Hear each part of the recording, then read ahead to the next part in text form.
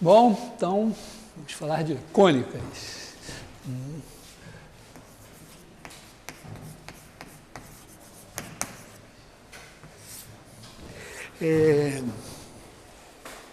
Vou começar a falar de cônicas sem o cone.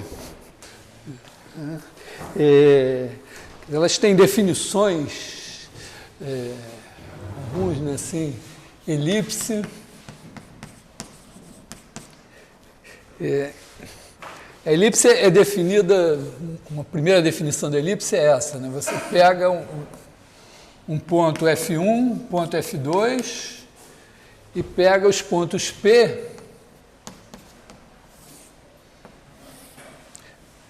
dá um tamanho 2A, os pontos tais que PF1 mais PF2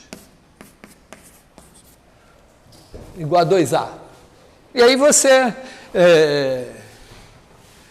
faz a brincadeira assim, né? Você pega o 2A, que tem que ser maior, né? Porque, claro, essa distância, mas essa é maior do que isso aqui. Então, se seu 2A tem que ser um negócio...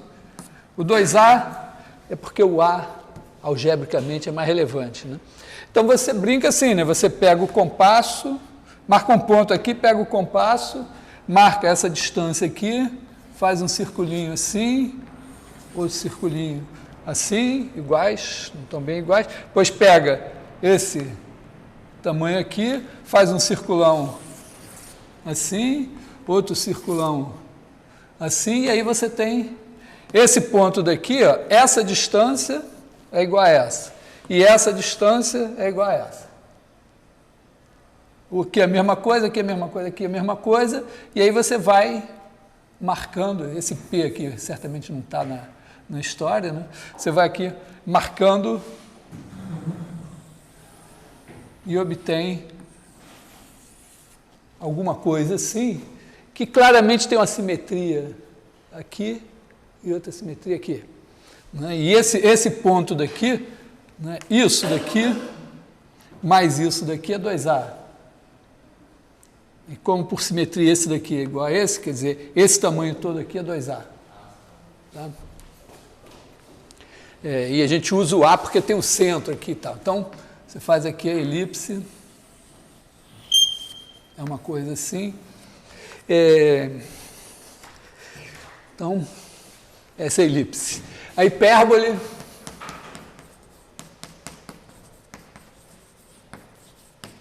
é a mesma coisa, só que você faz a diferença das distâncias, né? Você marca aqui, de novo, dois pontos, F1, F2, e dá um 2A menorzinho, né?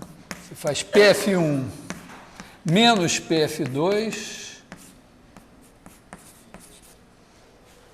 acho que eles estão meio perto demais, né? Vou botar um acento assim, igual a 2A. Na verdade, bota o módulo, porque senão, quando você faz PF1 menos PF2 igual a 2A, você...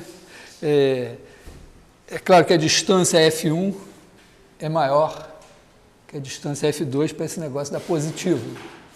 Quando você bota o módulo, você pode ter... Você tem um ramo da hipérbole que é assim, outro ramo da hipérbole que é assim. Esses daqui é PF1 menos PF2 igual a 2A, e esses são PF2 menos PF1 igual a 2A. Dá para se divertir muito com essas definições, tirar um monte de coisas, equações e tal. E tem a parábola,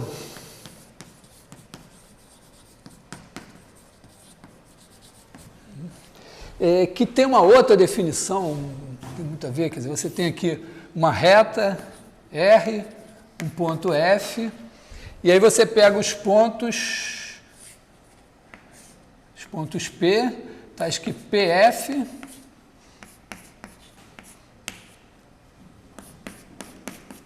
igual a PR, marcando. Isso aqui é a distância de PF, isso aqui é a distância de PAR.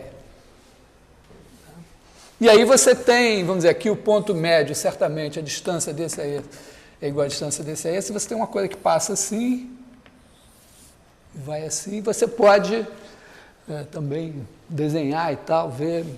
Mas, tipicamente, a hipérbole tem uma coisa interessante, ela tem umas assíntotas aqui, e ela faz uma coisa assim, ela não curva para cá, ela tende para essas retas.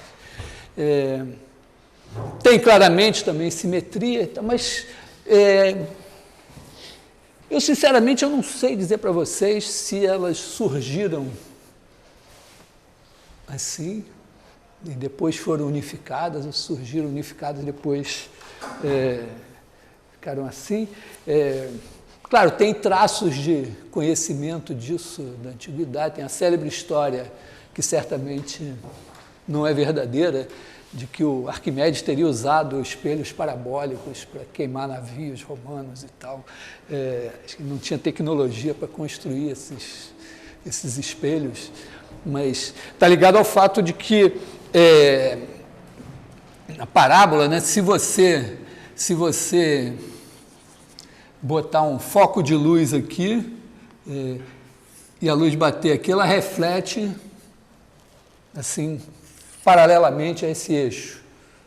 É um pouco o princípio das antenas parabólicas, pensando que você tem um sinal de satélite lá no infinito e que ele vem, bate aqui na parábola e reflete. Todas as parábolas são semelhantes. Quer dizer, sempre tem essa propriedade. A elipse tem uma propriedade interessante também em termos de que se você ficar aqui num dos focos, né, não, o foco está aqui, e eu ficar aqui no outro foco, e isso aqui for uma sala completamente parabólica, você sussurra aqui que eu ouço aqui, porque tudo que bater aqui reflete aqui. Quer dizer, quando você pegar a tangente, esse ângulo é igual a esse. Então, e de certa forma, você mostrando isso, você tem isso aqui porque a parábola é uma elipse com um foco no infinito. Então, se você tiver uma elipse com um foco aqui e outro aqui, deixar esse foco parado e for o outro andando, esse negócio vai tendendo a refletir no outro foco, quando ele chegar lá no infinito, reflete assim.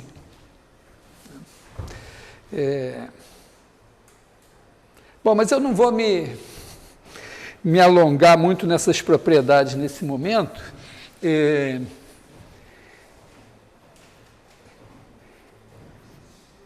Tem uma definição unificadora,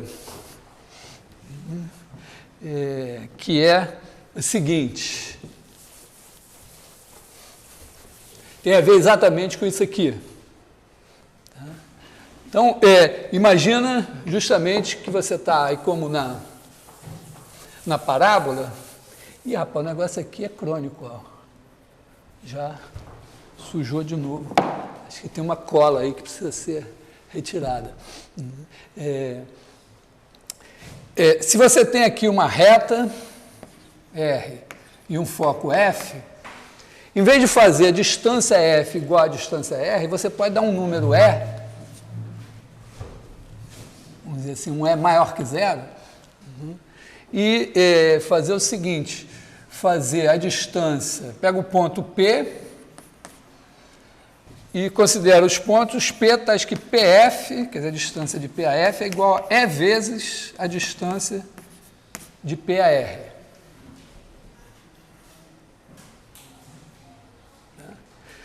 Quando E é 1, você está no caso da parábola. Mas quando E é menor que 1, você vai ter aqui o seguinte, se você olhar para essa reta perpendicular aqui, quando E é menor que 1, você vai ter um ponto aqui.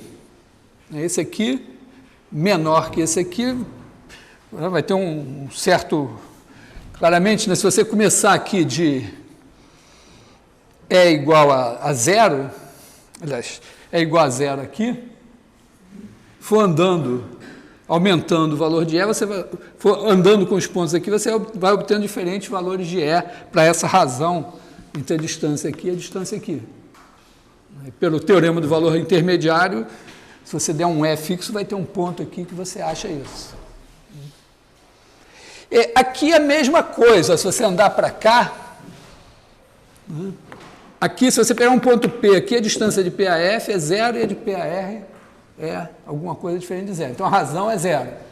Quando você vai andando para cá, ela é positiva e vai aumentando. De maneira que quando o ponto P tende para infinito, a distância dele a F dividida pela distância dele a R tende a 1. Então, se é um número menor que 1, vai ter uma hora que também você acha um ponto aqui. Então, no caso de E menor que 1, você vai ter alguma curva que vai passar por aqui e vai fazer alguma coisa assim. E, eu digo, é uma elipse. É chamada excentricidade. Tá? Então, você fixa o E. Se ele for menor que 1, você vai ter uma coisa assim. Se ele for igual a 1, você tem uma parábola. E se ele for maior do que 1, você vai ter um ponto aqui. Com E igual a 1 é a parábola, né? Exatamente a definição que eu dei, que a distância de PAF é igual à distância de PAR. Tá? Quando for 1, você tem um ponto aqui no meio e você tem uma coisa assim. E se for maior que 1, aí você vai ter um ponto aqui. E aí esse negócio não vai fechar lá. Né? Qualquer ponto aqui, essa distância é menor que essa, então não vai dar maior que 1. Então você vai fazer alguma coisa assim. Só que tem, do lado de cá, ó, vamos dizer, se você fizer aqui a distância de PAF dividida pela distância de PAR, vai dar infinito, né? Porque de baixo vai dar 0. Mas quando você vai andando para cá, ela é positiva, e andando lá para o lado de lá, a distância do ponto PAF dividida pela distância do ponto PAR tende a 1. Então, você começa de infinito e vai até 1, tem alguma hora que você tem o valor E, se ele for fixo maior que 1. Então, você tem um ponto aqui. E, na verdade, você tem um outro ramo aqui. E essa curva vem a ser uma hipérbole. Então, estou falando coisas, eu quero mostrar que essas coisas são verdadeiras. Não sei o quanto eu vou provar tudo, mas eu vou fazer...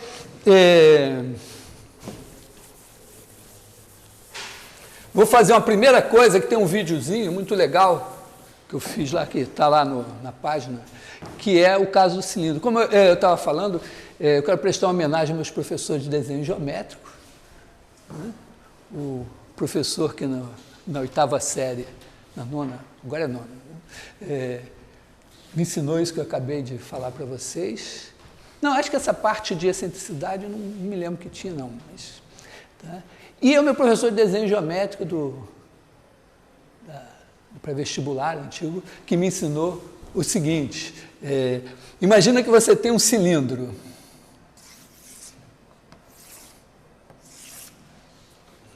E você corta esse cilindro por um plano, de maneira que ele faz uma curvinha aqui assim.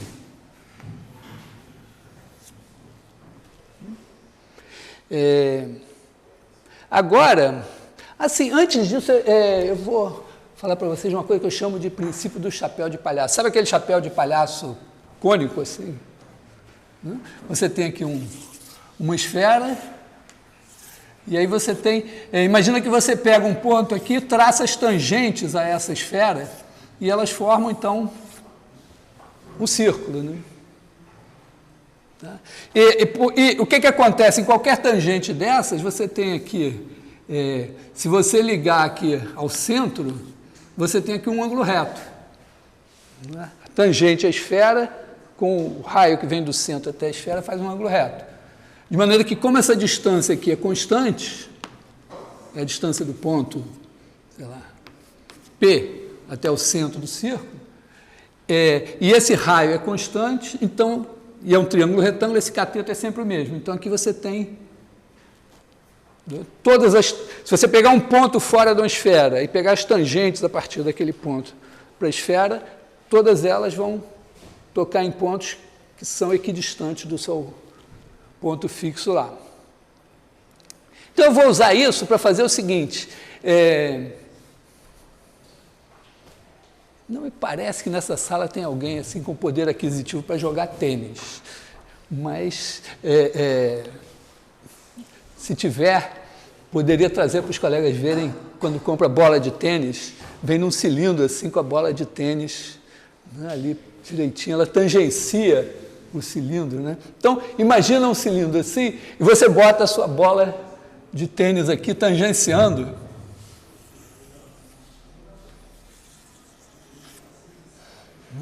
Ela vem tangenciando aqui o cilindro, né? Só que ela vem até o nosso plano que está aqui cortando o cilindro. Então, ela acha aqui um ponto, que eu vou chamar de F1, né? E aqui ela tangencia num círculo. Supondo que o nosso cilindro está na vertical, né? Tem um círculo aqui, horizontal. E você pode fazer a mesma coisa, vir com uma outra bola por baixo. De repente, você resolveu criar uma marca de bola de tênis que vai vir numa caixinha que vai ter uma separação aqui no meio, porque a caixinha fica um pouco maior, você pensa que tem 3 bolas, mas na verdade só tem 2 e tal, já dá uma ilusão. Então, você bota outra bola aqui assim, tem outro círculo aqui horizontal e aqui tangencia num ponto F2. E agora imagina que eu pego aqui, vou pegar minha curva, vou desenhar ela em amarelo aqui assim, né? E você pega aqui um ponto P.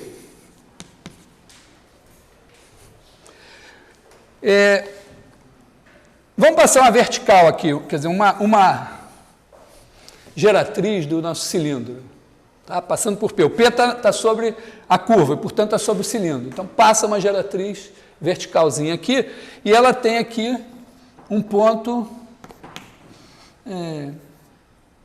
chamar de F1 barra, e aqui um ponto F2 barra.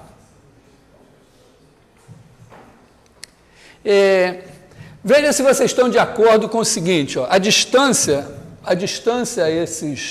desses dois círculos é esse tamanho daqui, que eu vou chamar de 2A.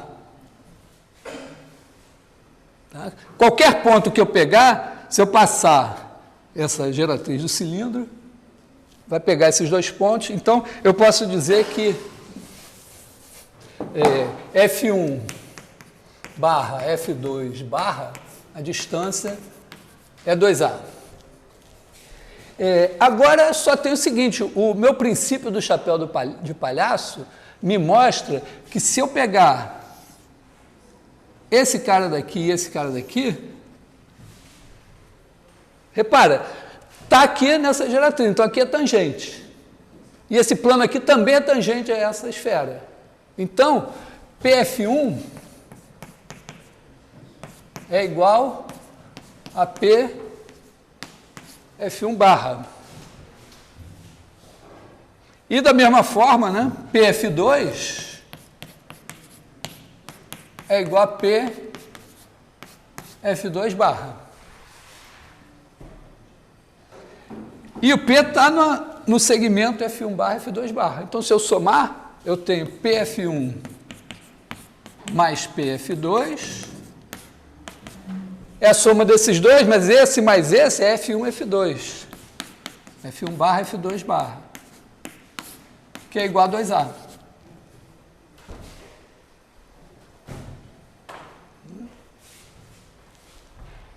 Isso é uma bela demonstração de que essa seção aqui é uma elipse.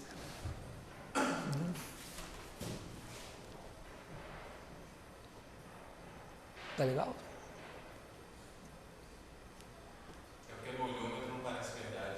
Tá bom, mas é verdade, tá certo? Estou usando o princípio do... É porque é claro, isso aqui tem um pouco de perspectiva meio ruinzinha, mas Claro que esse cara daqui está lá dentro, você não vê ele do tamanho desse. Mas como são duas tangentes, você está pegando o ponto P fazendo duas tangentes a essa esfera. Então esse cara e esse daqui estão no mesmo círculo aí. Tem um vídeo, já está lá na página do curso, que faz exatamente isso. Isso aqui é o aquecimento, né? Isso é apenas o aquecimento para a gente fazer a mesma coisa no cone. Imagina agora a mesma situação no cone.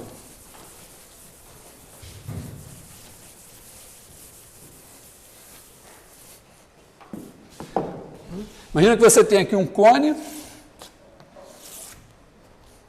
passou aqui um plano. E aí esse plano cortou o cone e fez uma curva assim.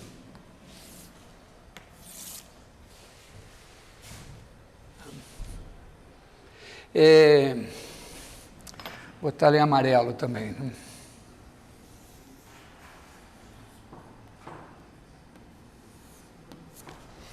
Tá? Eu posso fazer a mesma brincadeira, só que agora eu vou ter que botar uma esfera menorzinha aqui e uma maiorzinha aqui. Então eu boto uma esfera menorzinha,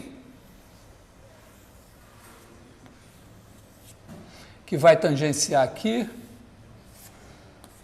e vai me dar um ponto F1 aqui assim. E boto uma esfera maiorzinha, que vai me tangenciar aqui assim e assim. E aqui vai me dar o ponto F2.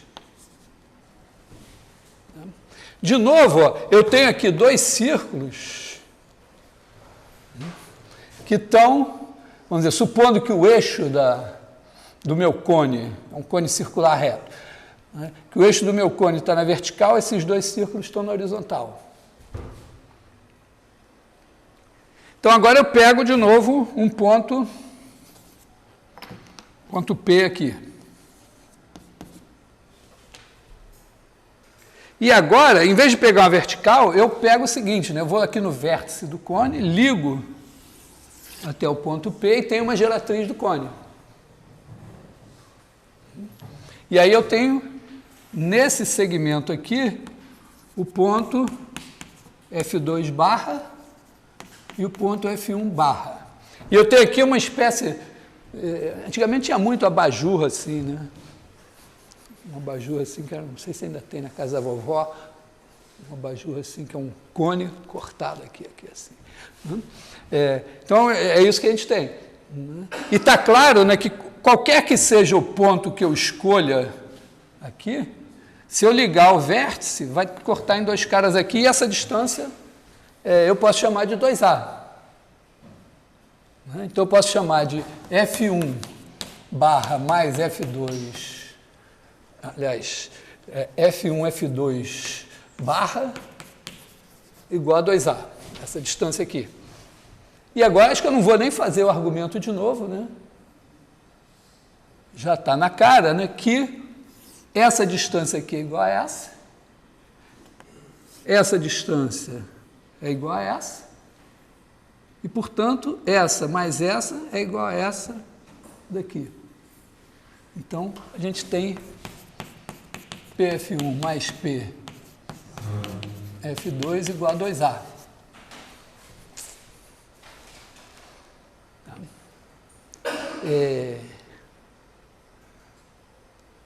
A gente pode fazer... Então, incrível, né? Aquela elipse lá, que lugar geométrico e tal, é uma seção de um cone.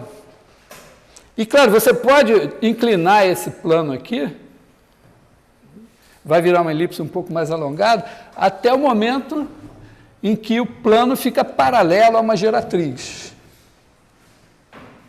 Vou dizer, mas não vou provar agora, que quando chegar nessa situação, é uma parábola. E aí, se você inclina o plano mais para cá, ele continua cortando aqui, mas ele começa a cortar lá em cima também. E aí tem dois ramos, né? E eu vou tentar mostrar que nesse caso é uma hipérbole. Então, vou tentar fazer o desenho aqui. Não é minha especialidade, eu não posso homenagear, não foi culpa dos meus professores de desenho geométrico que o meu desenho não seja tão bom quanto o deles. Mas, de qualquer maneira, no livro tem um desenho feito Tem um applet que o Valdeci fez no GeoGebra, meu colega Valdeci fez um applet no GeoGebra com esse negócio aqui e tal, desenha cônica. Vou botar também na página, mas a ideia agora seria você ter o cone assim, né? E passar um plano assim, de maneira que ele secciona aqui, assim e assim. Então você tem aqui uma curva assim, assim. E eu confesso que eu devia ter hoje parado para pensar nisso antes de vir da aula, mas foram muitas atribulações. Foi levar meu filho na escola, meu carro não pegou, tive que chamar o cara para trocar bateria e tal, várias coisas. Depois cheguei aqui, teve outros problemas. Mas, se eu não me engano, eu posso ainda botar uma esfera aqui, obter de novo um círculo aqui, um ponto F1 aqui.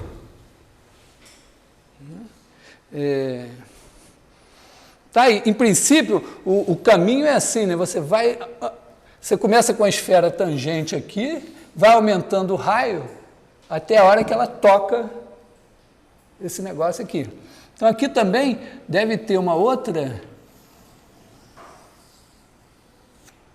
esfera meio assim, que você vai ter um círculo aqui, vai ter um ponto aqui, F2. O desenho não está muito maravilhoso, mas é isso.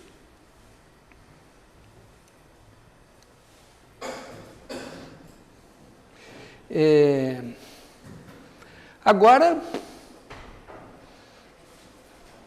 imagina que você pega um ponto, vamos fazer do lado de cá, acho que tem mais chance de dar certo. Pega um ponto P aqui. O que eu posso fazer, de novo, é ligar o ponto P ao vértice aqui, né? Aqui é o meu cone, né? Tem aqui o vértice, então você liga esse ponto P, acho que eu vou pegar ele mais para cá, ao vértice, e obtém um ponto aqui e outro aqui. Minha chance de que dê certo, eu intuo que é isso, né? Se eu chamar esse cara aqui de F1 barra e esse aqui de F2 barra, também está claro, né, que qualquer ponto que eu escolha no cone, se eu ligar o vértice, ele vai cortar aqui e aqui, né? Como esse cara é horizontal, esse é horizontal, esse tamanho mais esse tamanho, isso vai ser uma constante também.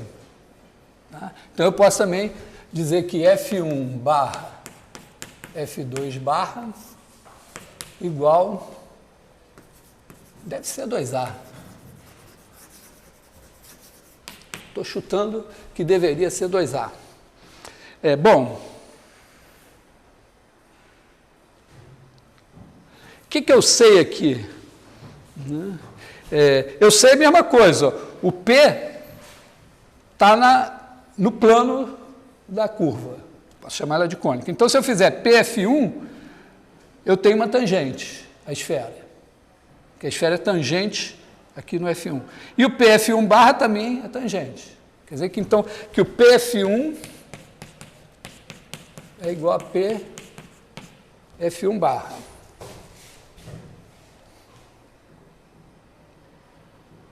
Bom, e o PF2 também, né? Quer dizer, do P aqui eu posso aqui eu estou no plano, está passando por fora do cone, mas se eu fizer PF2, é uma reta, um segmento de reta que vai andar pelo plano da minha curva, porque esse ponto aqui está no plano da cônica e o P também. Então, quando eu faço PF2, eu tenho uma tangente aqui. E, ao mesmo tempo, quando eu venho o PF2 barra, eu estou pelo cone, o cone é tangente a essa esfera, então eu tenho outra tangente. Então, também posso dizer que PF2 é igual a PF2 barra. Agora, é a mesma coisa, porque PF2, o F1 barra, está entre o P e o F2 barra. Tá, ó. Tem aqui, ó, eu liguei aqui, é o mesmo segmento de reta, esse daqui está aqui, e esse daqui está no meio do caminho. Então, PF2 barra menos PF1 barra é igual a 2A, que é esse tamanho daqui, ó. E pronto. Quer dizer que esse cara daqui é um ramo da hipérbole em que PF2 menos PF1 é 2A. E se você fizer pelo lado de lá, eu nunca faço, sempre tenho preguiça, mas com certeza, se você fizer do lado de lá, você vai ter o PF1 menos PF2 igual a 2A. Então, surpresa, ganhamos uma coisa inesperada, porque a definição da elipse não tinha nada a ver com cone, a definição da hipérbole não tinha nada a ver com cone, e, surpreendentemente, essas curvas são cônicas. Mas, eu estou vindo de uma maneira assim, né? Eu venho com a elipse, a menos o sinal mais se transformar num sinal menos, não tem nada que unifique a elipse, a hipérbole e a parábola até agora, a não ser aquela ideia que eu falei da excentricidade. Oi? A circunferência também é uma... Ela é uma elipse, quando você faz o círculo assim, é uma elipse em que os focos degeneraram em um ponto só. Tem várias degenerações. Quando você degenera, né, os dois focos tendem a um só, você tem o círculo. Se você também pegar a elipse e mantiver o 2A, né, você mantém o 2A. Se você fizer os dois focos aqui, você tem isso. Na medida que você vai andando com eles assim, você vai tendo coisas mais assim. Quando os dois encostam aqui, você tem esse segmento de reta. Degenera assim também. Então, a elipse ela degenera, vamos dizer, isso aqui, o círculo é a elipse de excentricidade 0. E esse segmento de reta é um círculo de excentricidade 1.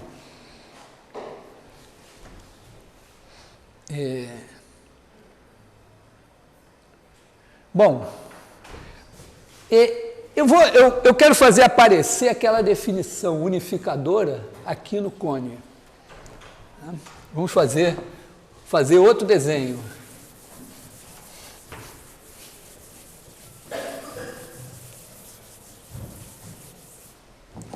Eu estava todo feliz que isso tinha sumido. Fazer outro desenho, eu vou fazer um desenho mais para elipse, mas está meio torto, né?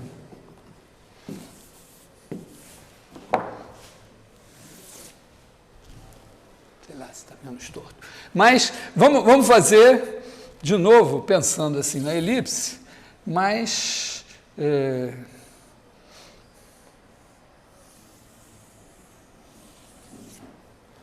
pensando uma coisa meio assim. E você tem aqui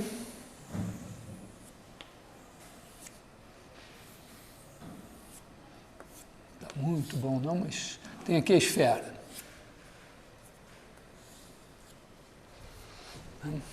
Então vamos pegar esse ponto aqui, deixar ele chamado de F, mas agora vamos fazer uma coisa diferente. Você tem aqui o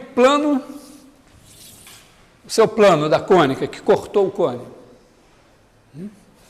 E você tem essa esfera. Aliás, observa que essa esfera, ela continua existindo, né? Vai mudando de esfera, mas mesmo quando ficar aqui, o plano ficar paralelo a essa geratriz, vai ter uma esfera aqui. E se eu virar mais um pouco, continua tendo, como eu fiz para a hipérbole, né? Então, essa esfera sempre tem. E essa esfera, quer dizer, eu estou botando o eixo do cone na vertical, então ela tem esse círculo de tangência aqui que é horizontal. Não vai ter uma hora que essa esfera vai tangenciar totalmente o cone? Não, ela sempre tangencia o cone aqui. Se essa curva aí tivesse perpendicular. Ela pode ficar assim, aí tangencia aqui. Pode ir andando para cá, até um momento em que pegue uma geratriz inteira, vai tangenciar aqui, nesse mesmo ponto, né? Mas, vamos dizer, esse caso aqui é o caso... Nesse caso em que o plano está assim, você tem um círculo. O círculo é uma seção cônica. Quando ele virar aqui, ele vai tangenciar o cone numa geratriz. E aí você vai ter uma reta. Então, a reta também é uma seção cônica. Também é possível que o plano passe aqui nesse ponto, e um ponto é uma seção cônica. Ainda tem um caso degenerado, que é um par de retas paralelas. Tem um par de retas concorrentes também. Se você passar aqui pelo vértice, você vai cortar o cone em duas geratrizes concorrentes. Então, você já tem para o cone, certamente, ponto, círculo, uma reta ou um par de retas concorrentes. Já vi a elipse também, e a hipérbole. Mas aqui, ó, o desenho que eu estou querendo fazer é o seguinte. Você tem isso aqui, e tem essa reta aqui. Não sei se a perspectiva está muito maravilhosa, mas é isso. Ó. Você tem aqui esse plano horizontal, que é o plano desse círculo de tangência. E tem esse plano aqui, que é o plano da cônica. E eles se cortam aqui nessa reta que eu vou chamar de reta R. E agora eu vou pegar um ponto P, vou botar ele em amarelo de novo, ponto P, sobre a minha cônica.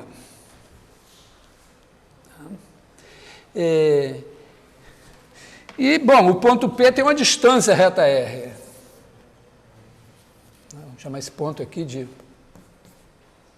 sei lá, P barra. Tá, aqui tem uma perpendicular. Se eu levantar aqui uma vertical, eu vou ter um ponto P1 aqui. Repara, está aqui o ponto P. Se eu vier para essa reta daqui, está nesse plano, né? Para eu pegar uma perpendicular a essa reta, eu tenho que passar aqui um plano vertical. Aí eu pego essa reta aqui. Quando eu passo esse plano vertical, ele corta esse plano horizontal numa reta que passa no P1 e no P barra. Quer dizer, aqui eu tenho uma reta assim. E aqui eu tenho um ângulo reto.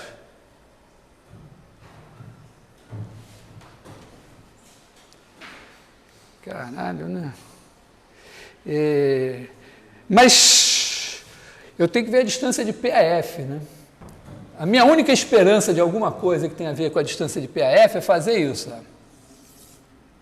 E achar aqui o ponto P2. Tá? Então, aqui, ó, eu tenho isso assim. Eu tenho aqui o P2. Então, ó, P2, PP2 é igual a PF. Tá? Porque eu estou ligando P ao vértice, onde eu encontro esse círculo, eu estou tangenciando a esfera. E PF também tangencia a esfera. Então, esse daqui é igual a esse. E eu tenho aqui uma perpendicular e eu tenho dois triângulos, retângulos aqui. Tem um triângulo retângulo que é o PP1, P barra,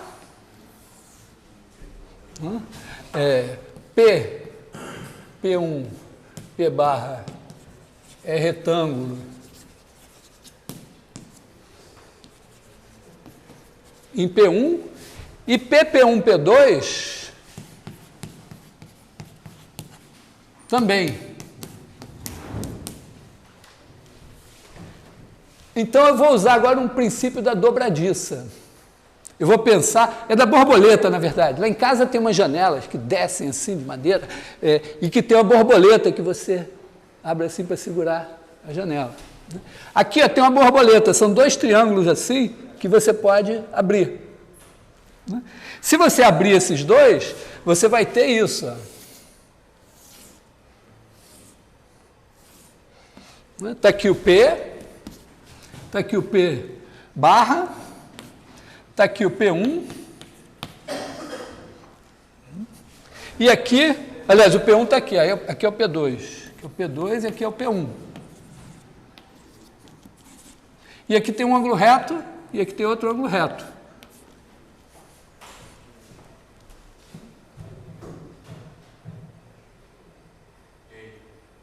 E agora?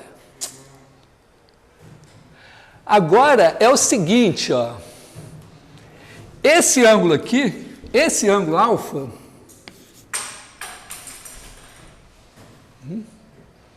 é o ângulo que você tem aqui uma vertical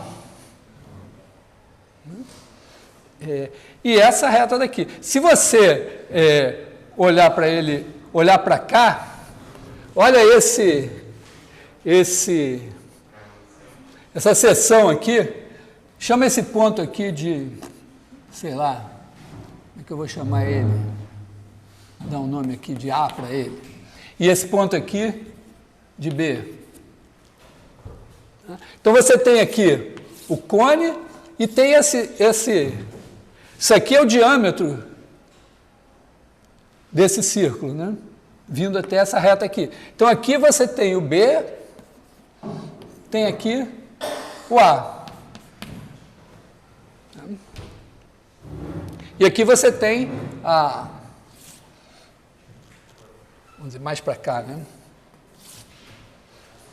Uma coisa assim, tá? Que corresponde a essa reta aqui, passando pelo ponto de tangência aqui. Quer dizer, cortei por um plano assim. Esse ângulo daqui, ó, é o ângulo da vertical com essa reta, que é paralela a essa. A essa daqui, que está aqui. Então, se eu botar uma vertical aqui, essa reta é horizontal, eu boto uma vertical nesse plano, eu tenho aqui exatamente o meu ângulo alfa. E aqui, ó, esse ângulo beta é o seguinte, ó, eu tenho a vertical e eu tenho a geratriz do cone. As geratrizes do cone, todas fazem o mesmo ângulo com a vertical, que é esse ângulo beta aqui, ó. Aqui é uma geratriz, aqui é vertical. E aqui é um ângulo reto. Então, esse triângulo aqui, fixo, que está aqui, parado, independe do ponto que eu peguei, é semelhante a esse daqui.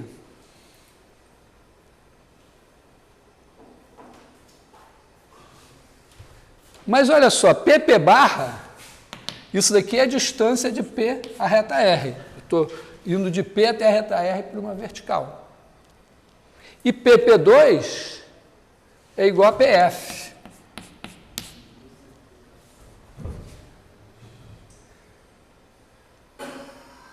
Não é? Porque P até P2, eu liguei aqui, é a mesma coisa que ligar aqui, porque são tangentes da esfera.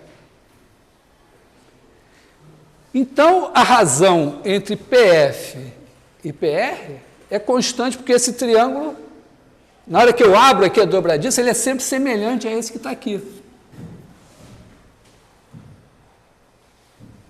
Então, eu posso dizer que PF sobre PR é um número E constante.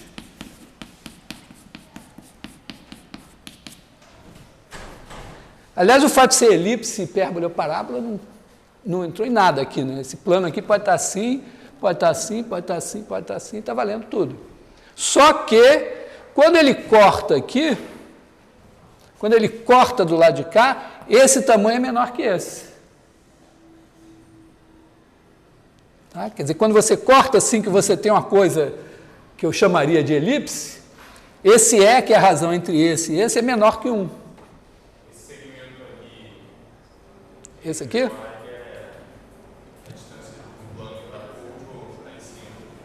Qual é esse aqui?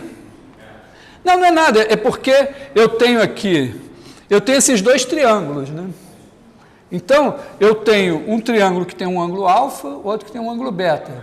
Isso aí é perpendicular ao plano que está reto. Sim, esse é perpendicular aqui. Então, isso faz com que esse triângulo aqui seja semelhante a esse daqui. E que o de cá seja semelhante a esse aqui, assim. Então, só a observação final é que esse quando o plano passa assim e corta do lado de cá, esse cara é menor que esse. Então, é menor que 1, é quando você tem a elipse. Quando você fica paralelo aqui, esse triângulo é isósceles, e o E é igual a 1, é o caso da parábola. E quando você passa para cá, o E fica maior do que 1, e você corta do lado de lá. Eu teria que mostrar que vale a mesma coisa no ramo de lá da hipérbole, que obviamente eu também tenho preguiça e não sei se é mais difícil, deve ser mais difícil, né? E não vou fazer. Mas também tem uma observação importante, ó, que na hipérbole você tem vamos dizer, você pode ir fazendo hipérboles assim, mas com esse negócio daqui, essa razão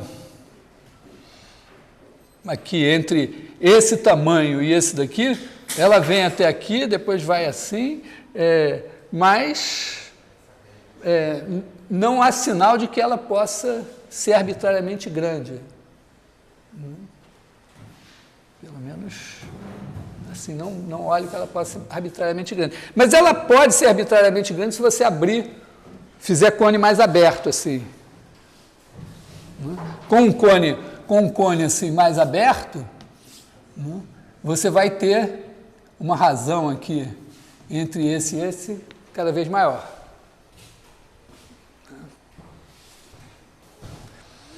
Bom, o fato é o seguinte, isso aqui unifica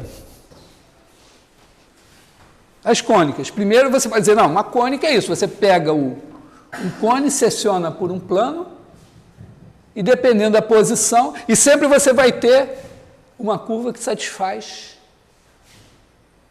essa relação. Para uma certa reta R misteriosa que está aqui, um certo ponto aqui. Dependendo de E ser entre 0 e 1, ser 1 ou ser maior do que 1, você tem elipse, parábola ou hipérbole. Curiosamente, eu não sei o quanto se perdeu. O grande nome das cônicas na matemática grega é o Apolônio. Ele escreveu um tratado sobre as cônicas. Se eu não me engano, nem tudo chegou até nós. O último livro foi E, perdido. aparentemente, mas a gente não tem sinal de que o Apolônio sabia isso. Esse teorema é de 200 anos atrás, mais ou menos. Foram dois belgas, eu esqueci. Ele ficou, acho que na ordem alfabética, sempre Dandelin e um outro belga, que fizeram essa demonstração toda, essas duas demonstrações, se eu não me engano, em 1800 e coisa. Que é uma belíssima demonstração, aliás, né? Bom, então isso, vamos dizer assim, aí você pode brincar muito de cônicas. É claro que as cônicas, na matemática grega, eram talvez o suprassumo, assim, porque é um tipo de curva já mais sofisticada, não é círculo, não é reta e tal, já é... Né? E elas, vamos dizer, elas retornam no Renascimento, né? Porque quando o Kepler diz que as órbitas dos planetas são elipses, e depois o Newton, com a gravitação, faz uma outra dedução, inclusive com as leis da gravitação, você pode, inclusive, ver que é possível você ter órbita parabólica, até hiperbólica é possível ter. Né? Aliás, se você tiver... a lei de Coulomb, conhece a lei de Coulomb da eletricidade? Que você tem cargas, quando você tem duas partículas carregadas, né? Então tem um campo elétrico que é inversamente proporcional ao quadrado da distância também. Só que é um campo atrator quando as cargas são diferentes e repulsor quando elas são, quer dizer, de sinais diferentes, repulsor quando elas são de sinais iguais. Então, no caso, pensando na lei de Coulomb, você poderia criar um modelo que seria um elétron, vamos dizer, não tem, acho que sentido real, mas você segura um elétron na mão, deixa o outro andar, dá um peteleco nele, e ele vai também descrever uma órbita que é uma cônica, mas nesse caso vai ter que ser uma hipérbole, porque como eles se repelem, né, a tendência vai ser sair assim. Tá? Só curiosidade. Então as cônicas foram para a cabeça assim vamos dizer, já vinham com uma certa fama da Grécia Antiga, mas no Renascimento elas pareciam que iam explodir, né? Mas hoje não são tão assim, são ainda uma curiosidade histórica, vão servir de base para a gente pensar muita coisa, mas tem, vamos dizer, bons, excelentes geômetras que não sabem quase nada de cônicas, porque não é a grande coisa da agora. Mas, feito isso, eu queria pensar, vamos dizer, fazer uma primeira incursão em curvas parametrizadas, né?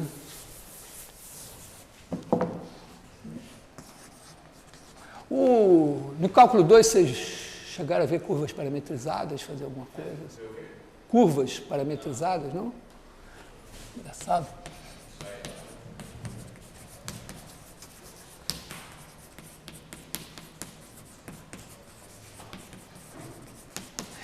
Porque é uma maneira natural de você lidar com uma curva, é você pensar a curva como a trajetória de uma partícula.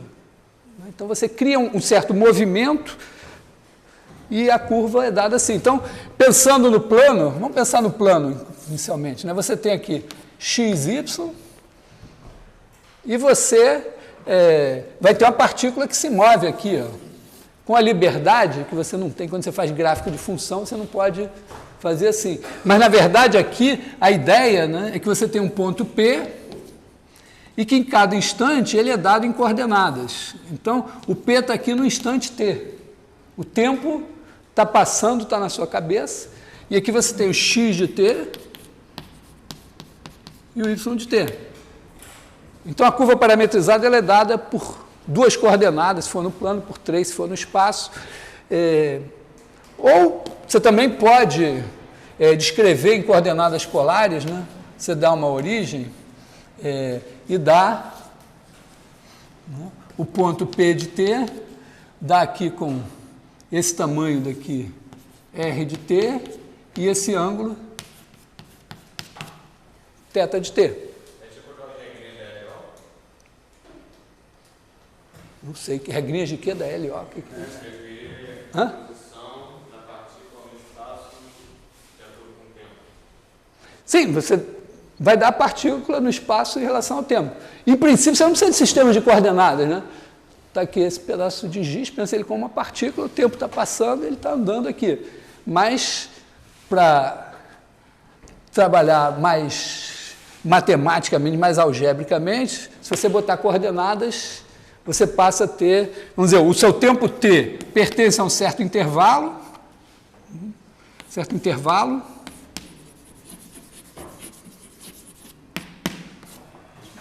e x vai ser uma função de i em r, y é outra função de i em r, e o p é dado por x de t e y de t, p de t, x de t, y de t. Aqui você também pode fazer assim, r de t, θ de t. Eu vou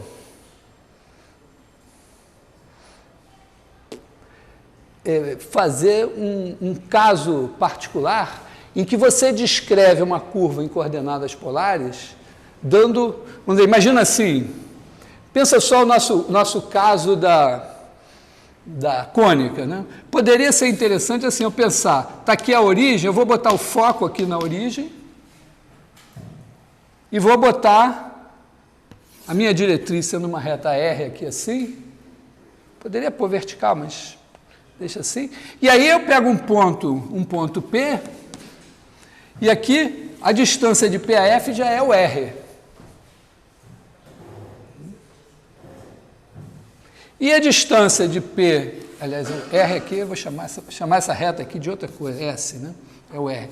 E aqui a distância, a diretriz, seria esse tamanho aqui, que eu posso expressar em termos do R e do ângulo θ aqui. E, eventualmente aqui minha curva vai ser alguma coisa assim, em que eu posso tentar expressar R como função de θ. Tá? Quer dizer, curvas, em geral, vou pensar assim.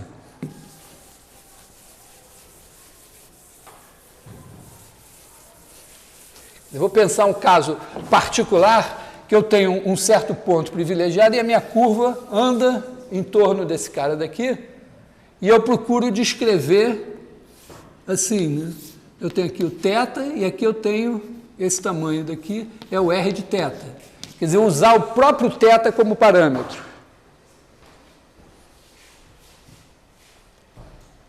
Tá legal?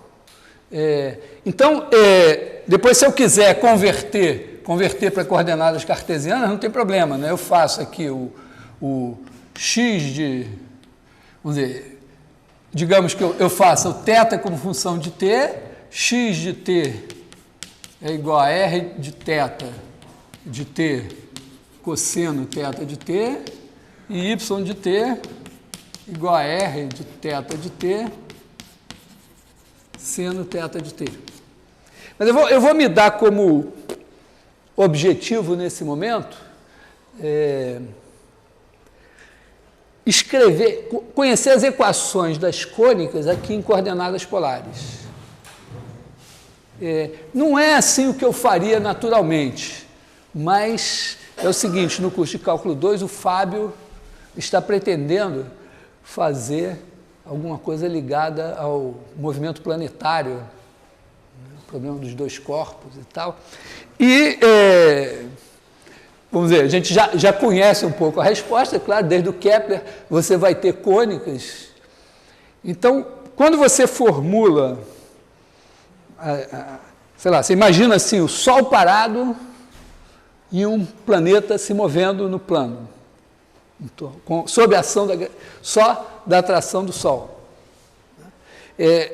Das leis de Newton, as leis de Kepler são uma coisa experimental, né?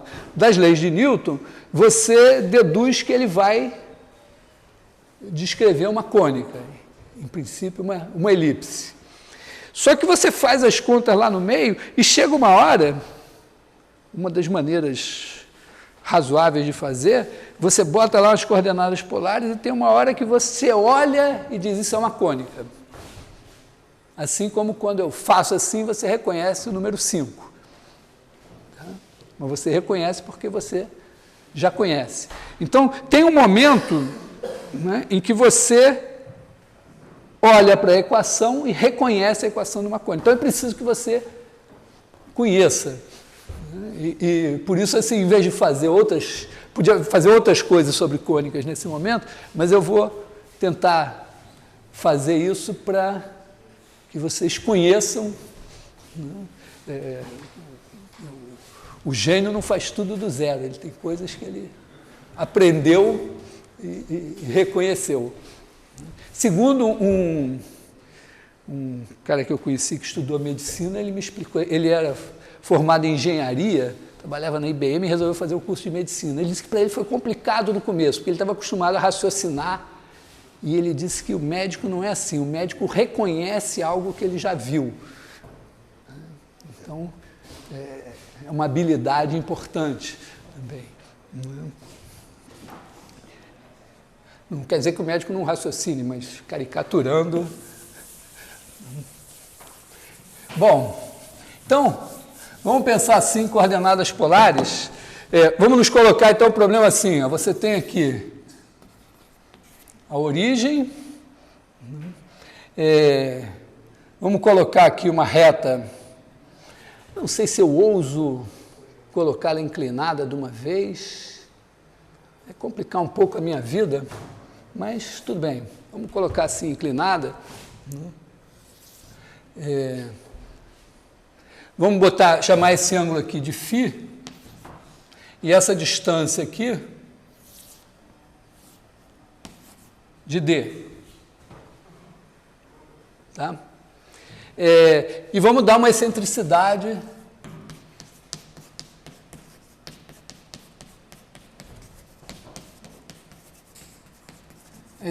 da minha cônica, um número maior que zero. E aí vamos tentar descrever, se eu pegar um ponto P aqui, eu quero que essa distância aqui, R, ele tem aqui então um ângulo θ aqui, né? E o R, vou tentar escrever o R como função de θ. O θ, aqui é horizontal, o θ é esse aqui. E o φ é só esse aqui.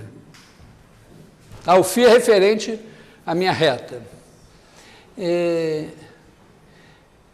Então, bom, o que eu sei? Eu sei que o R, que é essa distância aqui, dividido por isso, quer dizer, é igual a E, vezes esse tamanho aqui. Esse tamanho, vamos dizer assim, ó, ele tem uma parte que é o D, e tem uma outra parte aqui, que é o R, vezes o cosseno desse ângulo daqui, né? Essa reta aí é como se fosse uma reta. Essa aqui é a diretriz da minha cônica, tá? Quer dizer, eu já usei a letra D para a distância, já usei a letra R para as coordenadas polares, então eu tenho que chamar ela, não vou chamar ela de nada, mas ela é a minha diretriz. Tá? O que importa é que eu tenho que olhar para essa distância aqui. Isso está em um plano. É um plano. Mas eu estou olhando em coordenadas polares.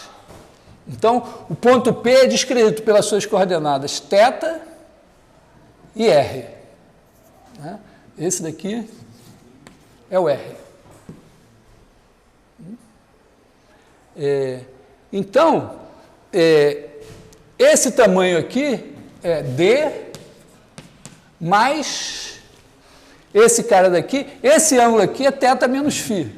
Esse ângulo aqui, θ menos φ. Então, esse tamanho aqui, que é esse tamanho daqui, é R cosseno θ menos φ.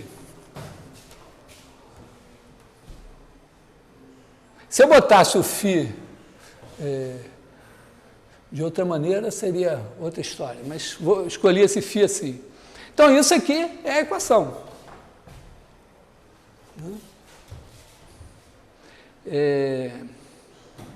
Só que eu quero o R, tirar o R como função de θ, então tem que pegar esse R e só dar uma trabalhadinha nele, né? Isso aqui me diz que R vezes 1 menos E cosseno θ menos φ é igual a ED. E, portanto, a minha equação é R é igual a ED sobre 1 menos E cosseno θ menos φ. Aliás, aqui eu não preciso desse parênteses aqui, né?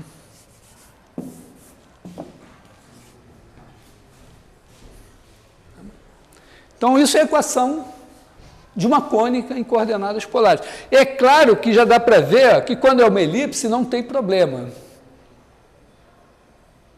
Quando é menor que 1, isso aqui não se anula.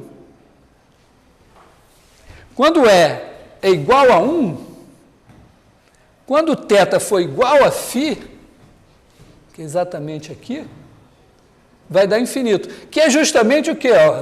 Quando E for igual a 1, eu tenho uma parábola. Então, eu vou estar fazendo assim e aqui não tem ninguém. Tá legal? Então, é igual a 1,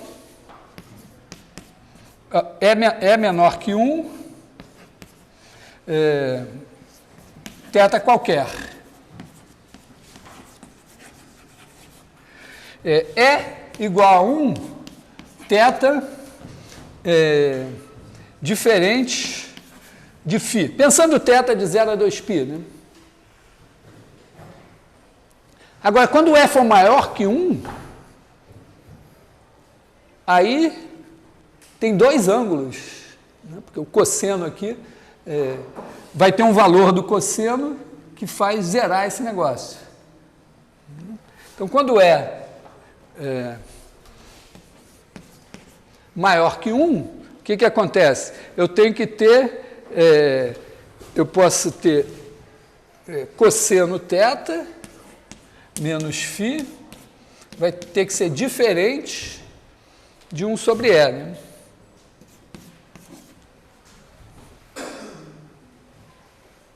Então, eu vou ter aqui assim, 1 sobre E é um número que vai me dar um certo valor, né? Vamos dizer, aqui é 1 sobre E, e aí eu vou ter um ângulo aqui e outro ângulo aqui que não servem. E mais, né? Na verdade tem uma coisa pior, não sei se vocês se deram conta, porque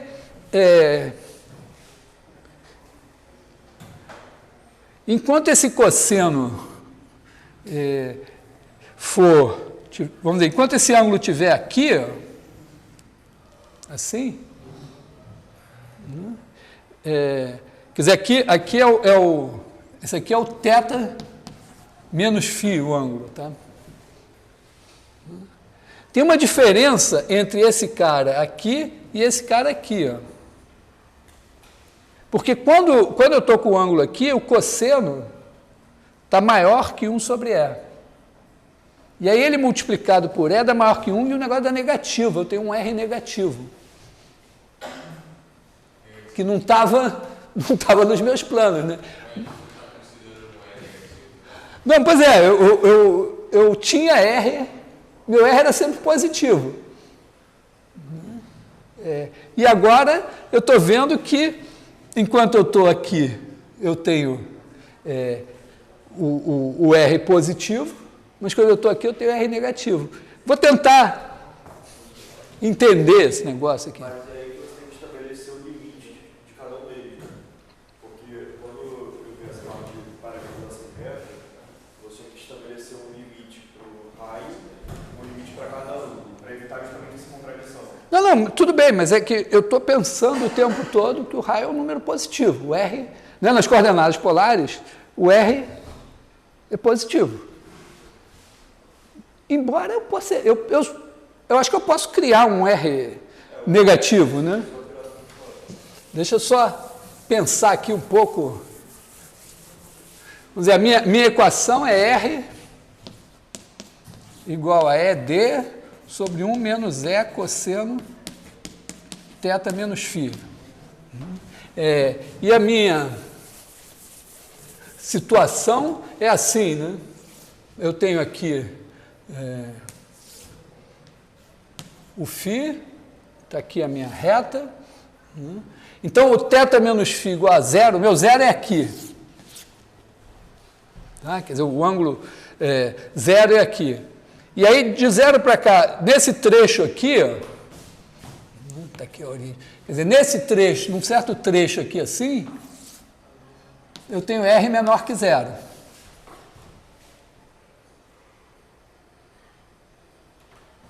E nesse trecho de cá, eu tenho uma hipérbole. Aliás, eu esqueci de comentar uma coisa, que a hipérbole tem assíntotas. Pensa só, eu tenho o meu cone aqui, eu corto assim, e tenho a hipérbole, tem dois ramos aqui. Mas vira e olha assim. O caso vertical é o mais simplesinho, né? Você tem um plano assim, aí passa um plano vertical aqui. Agora vira e olha assim, o que você vai ver? Você vai ver aqui o cone e você vai ver isso assim. E na medida que você vai olhando lá embaixo, esses caras aqui vão se aproximando dessa reta aqui. Então, a sua hipérbole, ela tem duas assíntotas. O que eu estou vendo assim é que, bom, quando é maior que eu sei que eu tenho uma hipérbole. Mas o R positivo está correspondendo a alguma coisa aqui assim, ó, que com certeza é um ramo de hipérbole. Com certeza, né, as minhas assíntotas são assim, né?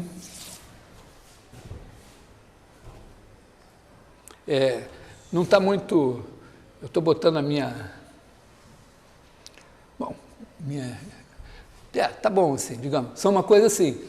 Agora, e esses ângulos aqui, essa reta aqui, que deve ser paralela à assíntota, quer dizer, esse trecho aqui que está dando R menor que zero, não tem nenhum R aqui.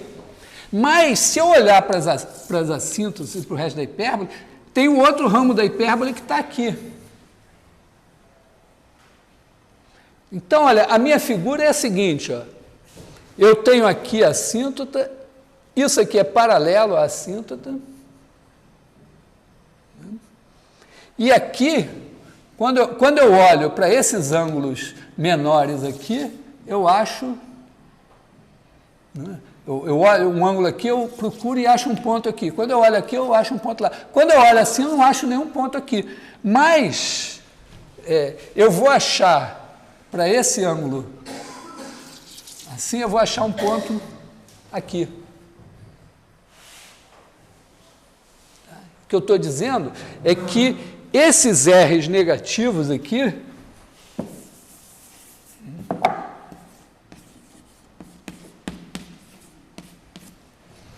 quando eu achar um R negativo aqui, esse R pode ser pensado assim, ó, ele seria de um ângulo aqui.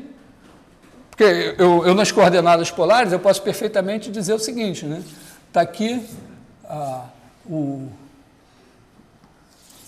o ângulo, θ, e aí, em vez de eu pensar na semirreta, eu penso nessa reta. Com esse θ, R maior que zero, seria um cara aqui. Se eu pegar um R menor que zero, eu marco do lado de cá.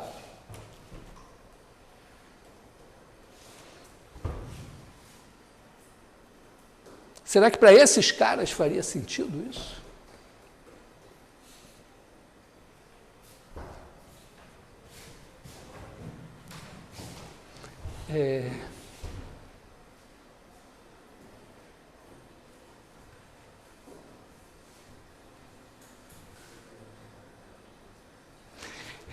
Só dá uma olhadinha aqui, ó. Eu acho que eu devia ter pensado nisso antes de vir da aula, mas eu acho que tem uma chance, porque aqui está a origem, está aqui aqui está a minha reta, né? Tem essa distância D aqui. Então, é claro que aqui tem um ramo da hipérbole que faz assim, mas tem um outro ramo da hipérbole que faz assim.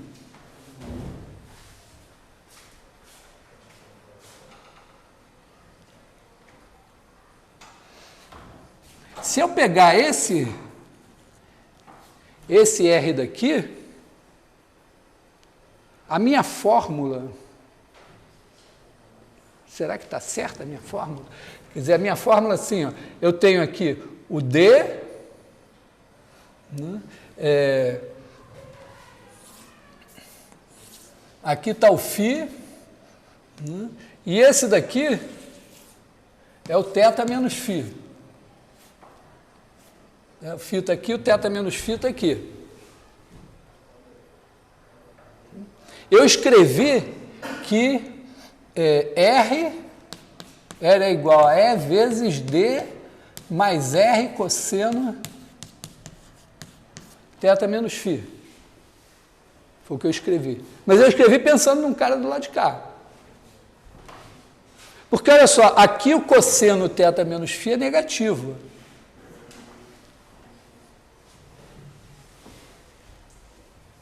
Estão enxergando? Quer dizer, eu estou assim, eu peguei um ponto no ramo de cá da hipérbole, ele está para cá, essa distância aqui é o R, mas se eu fizer R cosseno θ menos φ, é o cosseno desse ângulo. Então eu tenho esse tamanho aqui só com sinal negativo. Então o meu R de verdade não seria, vamos dizer, o R cosseno θ menos φ, mas o D está aqui, o D é positivo. Então, na verdade, seria o módulo disso daqui, né? Tá? O que me obriga a separar em dois casos. Mas a direção que estaria seria de hidrogênio. Não, ela está, vamos dizer, se eu considerar esse ângulo assim, né? Mas o que está me indicando aqui é o seguinte, ó, é que para esse ângulo aqui, eu tenho um ponto aqui e um ponto aqui.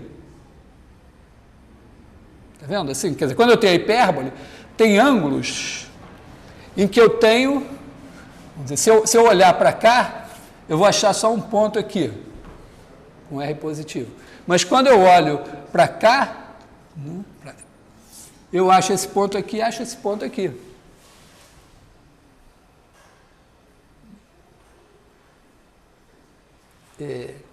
Mas só que um tem uma fórmula com isso daqui positivo, né, e o outro, vamos dizer, um tem uma fórmula em que isso daqui deveria ser contado de uma maneira com um sinal e outro com outro sinal.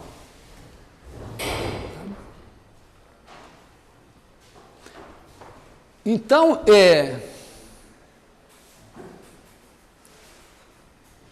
uma alternativa, né, seria eu dizer, não, eu vou contar como eu contei até agora, para achar, com esse eu acho esses pontos de cá, e vou observar que justamente, ó, deixa eu recolocar a situação assim da hipérbole, boto as minhas assíntotas, está aqui a origem, que é o meu foco, e a minha hipérbole é assim.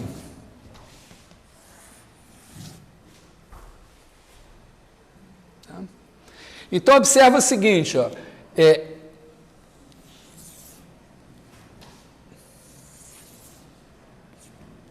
enquanto eu pegar os meus ângulos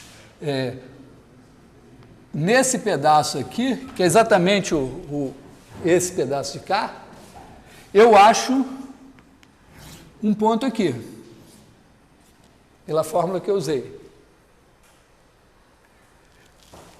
Mas, quando esses ângulos estiverem exatamente aqui, assim, ó, eu deveria achar dois.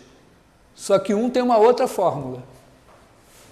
Esse outro que eu acharia aqui pela outra fórmula, é o mesmo que eu acho com essa fórmula daqui, botando o R negativo. Eu não estou dizendo que isso é uma demonstração, mas eu estou afirmando. Tá? Acho que é um bom exercício provar isso. Tá?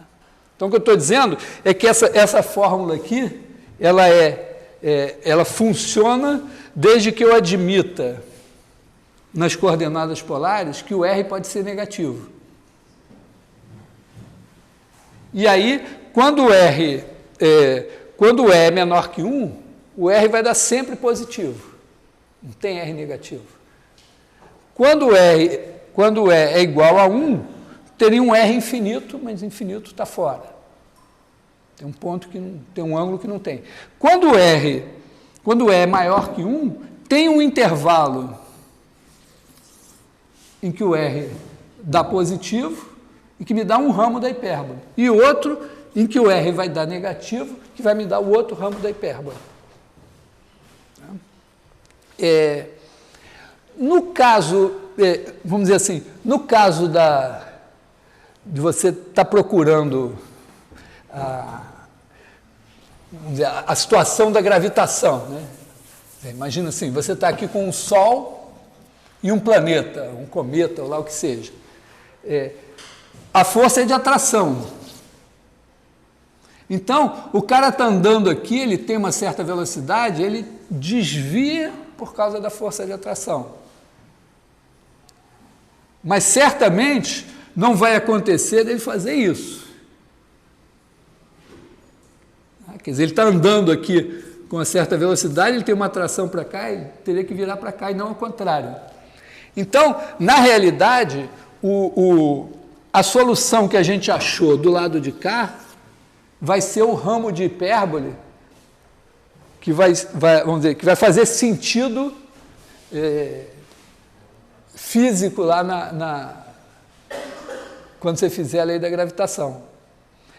Esse cara de cá, o outro ramo da hipérbole, faria sentido se, em vez de você botar força de atração, você botasse força de repulsão. Aí, com força de repulsão, esse cara não faz assim, ele faz assim.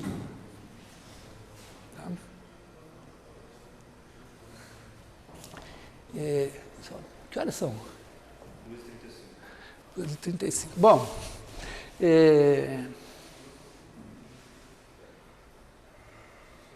acho que eu não vou.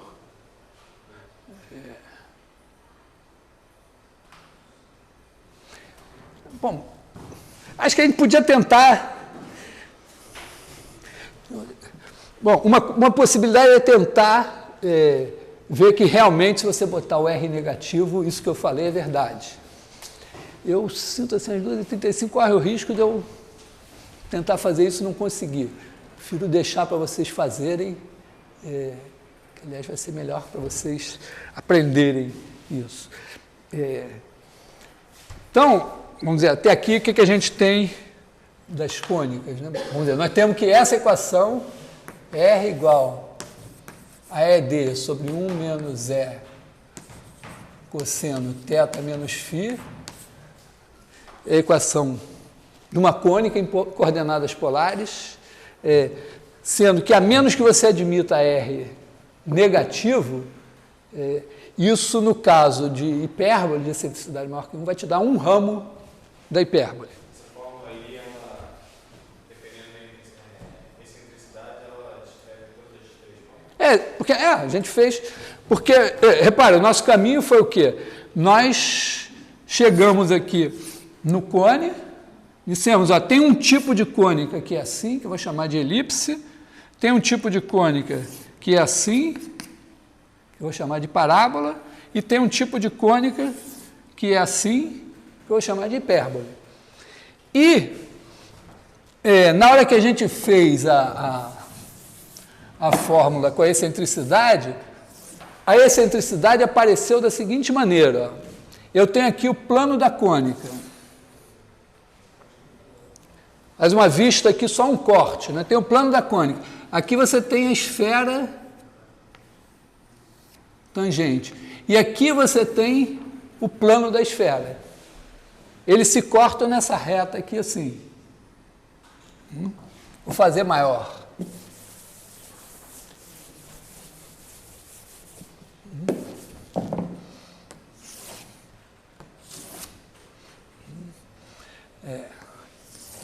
cônica,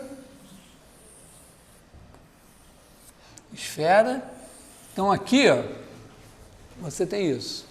E aí, o que a gente mostrou é que a excentricidade é a razão entre esse cara daqui, vou chamar esse cara daqui de C, e esse aqui de A. Esse C e o A não tem nada a ver com o C e o A da cônica, mas, ocasionalmente, a excentricidade é igual a C sobre A. Na conta que a gente fez, foi isso. Né? A gente chegou lá, botou, fez a borboleta dobradiça e chegou à conclusão que a razão entre a distância do ponto ao foco e a distância do ponto à diretriz era esse tamanho dividido por esse. Então, isso dá conta do caso da elipse. Então, a elipse, que corta do lado de cá, tem excentricidade menor que 1. Quando você tem a parábola, justamente você tem paralelismo aqui, você tem um triângulo isósceles aqui, e a excentricidade é 1. E quando você não corta mais aqui, mas você faz assim e corta do lado de lá, esse cara passa a ser menor que esse e a excentricidade é maior que 1. Então, está tudo bonitinho no nosso desenho, na nossa demonstração, né? Que a elipse que é uma curva que corta todas as geratrizes e fecha, tem excentricidade menor que 1, que a parábola, que perde uma geratriz e tem um ramo só, tem excentricidade 1, e que a hipérbole, que tem 2 ramos, e a hipérbole, ela perde duas geratrizes do cone, né? Porque quando você passa assim, você tem aqui o plano paralelo passando por aqui, que corta em 2 geratrizes. Essas 2 geratrizes são, na vista, quando você vira assim e olha com o olho fechado, elas dão as assíntotas da hipérbole. Tá? Quer dizer, quando você cortou aqui, vai dar um ramo de hipérbole, outro ramo de hipérbole aqui, pega um plano paralelo ao plano da hipérbole passando pelo vértice, e você tem um par de geratrizes do cone, que são as assíntotas da hipérbole. Que são justamente, são as únicas geratrizes do cone que esse plano não corta. Porque ele não corta as retas que são paralelas a ele, elas estão nesse plano aqui. Elas passam pelo vértice e estão no plano paralelo. Então a hipérbole chega arbitrariamente próxima de cada uma dessas 2 retas. Então, é isso. Do ponto de vista das coordenadas polares, o que aconteceu foi só o quê? Que quando é menor que 1, essa equação não tem nenhum problema. Quando é igual a 1, tem um valor de θ igual a φ, que vai dar infinito. E quando é maior que 1, você tem um intervalo de θ em que o R é positivo, que corresponde a esse ramo assim. Não, é igual a 1 é parábola. O que acontece com a parábola? A parábola, ela faz assim, e qualquer ângulo que você pegue, você acha um ponto da parábola.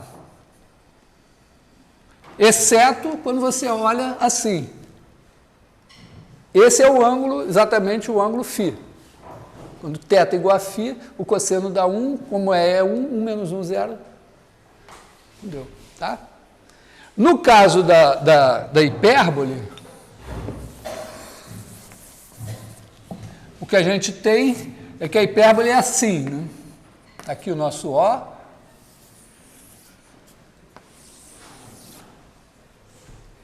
E aí, toda vez que você olha para cá, vou pensar assim, pega as retas paralelas aqui. Quando você olha para cá, você acha sempre um ponto aqui. Quando você olha, entre essas 2 retas aqui paralelas às assíntotas, se você olhar para cá, você não acha nada na hipérbole do lado de cá. Em compensação, nessas retas aqui, ó, você acha um ponto aqui e um ponto aqui. Tá? Então, acontece que é como se você dissesse assim, ó, esse ângulo daqui e esse ângulo, vamos dizer, e esse ângulo que corresponde ao lado de cá, vamos dizer, esse daqui corresponde a um R positivo com esse ângulo. Esse daqui não tem ninguém, mas ele te dá um R negativo. E esse R negativo é o outro cara que teria nessa direção aqui. Acho que é importante fazer esse exercício, ver que isso funciona mesmo, mas é importante ter presente que na hora que você pensar em termos de movimento planetário, não tem um movimento, não tem nenhum astro que vai... quer dizer, a física pode evoluir, né? Claro que esse cara pode ir lá no infinito e retornar pelo lado de cá. Podemos ainda ter coisas estranhas a descobrir no universo, mas corresponderia a uma situação assim, ó, né? Pensa só aqui na hipérbole assim, ó. Você está andando aqui, aí você vai e lá no infinito você encontra essa reta aqui. Mas se essa reta tiver um ponto no infinito, ela pode voltar por aqui.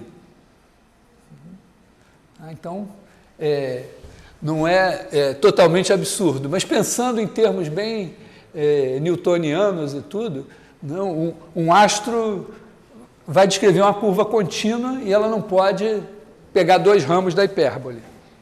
Né? Então, a que corresponde ao R positivo vai ser que vai ter interesse físico, entre aspas. Ok? Bom, tem muitas, as coisas têm muitas propriedades. Eu acho que é importante você olhar para, principalmente para as elipses e hipérboles, das duas maneiras. Porque, embora essa maneira foco-diretriz seja unificadora, não tem nenhuma... Quando você pensa em foco-diretriz, né, você pensa assim, tem aqui a diretriz, está aqui o foco. Você vê que tem uma simetria em relação a esse eixo aqui.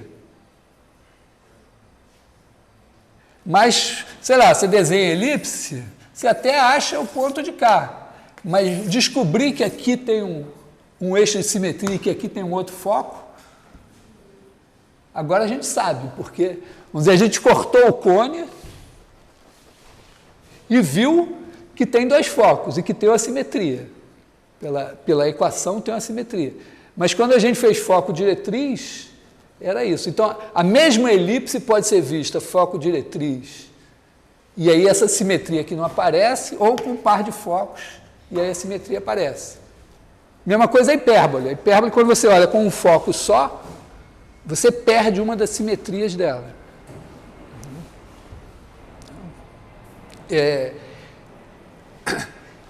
É claro que essas equações, quando você faz assim, se presta, né? Quando você faz PF1 mais PF2 igual a 2A, se presta bem a você fazer uma coisa assim, botar aqui F1 igual a menos C0, F2 igual a C0, e aí fazer a conta, botar aqui XY, e aí você faz x mais c ao quadrado mais y2, raiz quadrada, é esse daqui, o outro é x menos c ao quadrado mais y2, raiz quadrada, e escreve isso daqui igual a 2a, eleva ao quadrado duas vezes, define B2 igual a 2 menos C2, faz as contas e chega a x2 sobre A2 mais y2 sobre B2 igual a 1, que, pelo que eu entendi, é a única coisa que você tem que decorar para, se por acaso cair algum de elipse no Enem, vai cair isso aqui. Você não precisa saber o que é uma elipse, mas você precisa saber que isso é uma elipse. Mas, então, tem partindo dessa definição, e, vamos dizer, a mesma coisa, botando menos para fazer a hipérbole, você acha essa mesma coisa com sinal menos, aqui assim. Que são coisas que vão nos ser úteis oportunamente.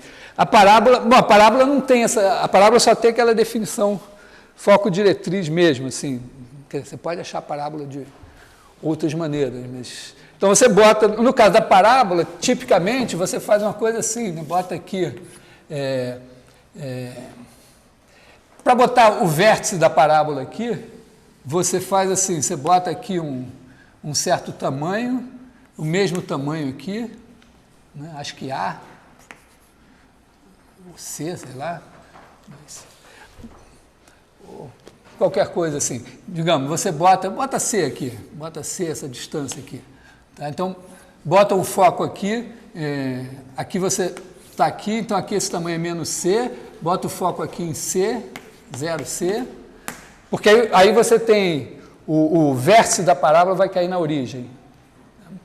E aí você faz, né, x mais y menos c ao quadrado, raiz quadrada, é igual a distância, quer dizer, se o ponto aqui é xy, essa distância aqui é y mais c.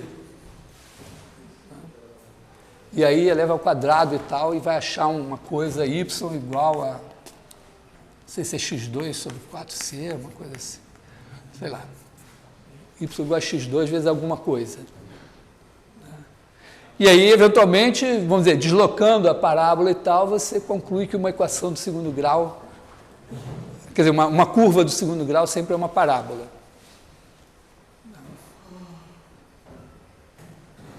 Quer dizer, você sempre pode, vamos dizer, se você... Então, uma coisa também importante, em muitas situações, é você reconhecer essa equação aqui como equação de uma elipse, ou a outra com menos como de uma hipérbole. Reconhecer uma equação do segundo grau como equação de uma parábola. Mas no caso, vamos dizer, no caso do que o Fábio provavelmente vai fazer no movimento planetário, você precisa reconhecer a equação em coordenadas polares. Nos meus planos, eu vou, na aula que vem, retornar aos números complexos para fazer o teorema fundamental da álgebra. E depois, na outra semana, depois da prova, eu vou retornar para as curvas parametrizadas, fazer algumas coisas de curvas parametrizadas. Em que, vamos dizer... Aliás, eu não sei se vocês viram em cálculo 1, tem seno hiperbólico, cosseno hiperbólico, então vocês viram a figurinha de por que isso... Hã? Mas mostrou essa coisa que tem a ver com a hipérbole? Não? Não? É porque é o seguinte, ó, você tem a hipérbole equilátera, você tem a hipérbole equilátera que é assim, né, e que ela tem a equação x2 menos y2 igual a 1. E você tem aqui o círculo,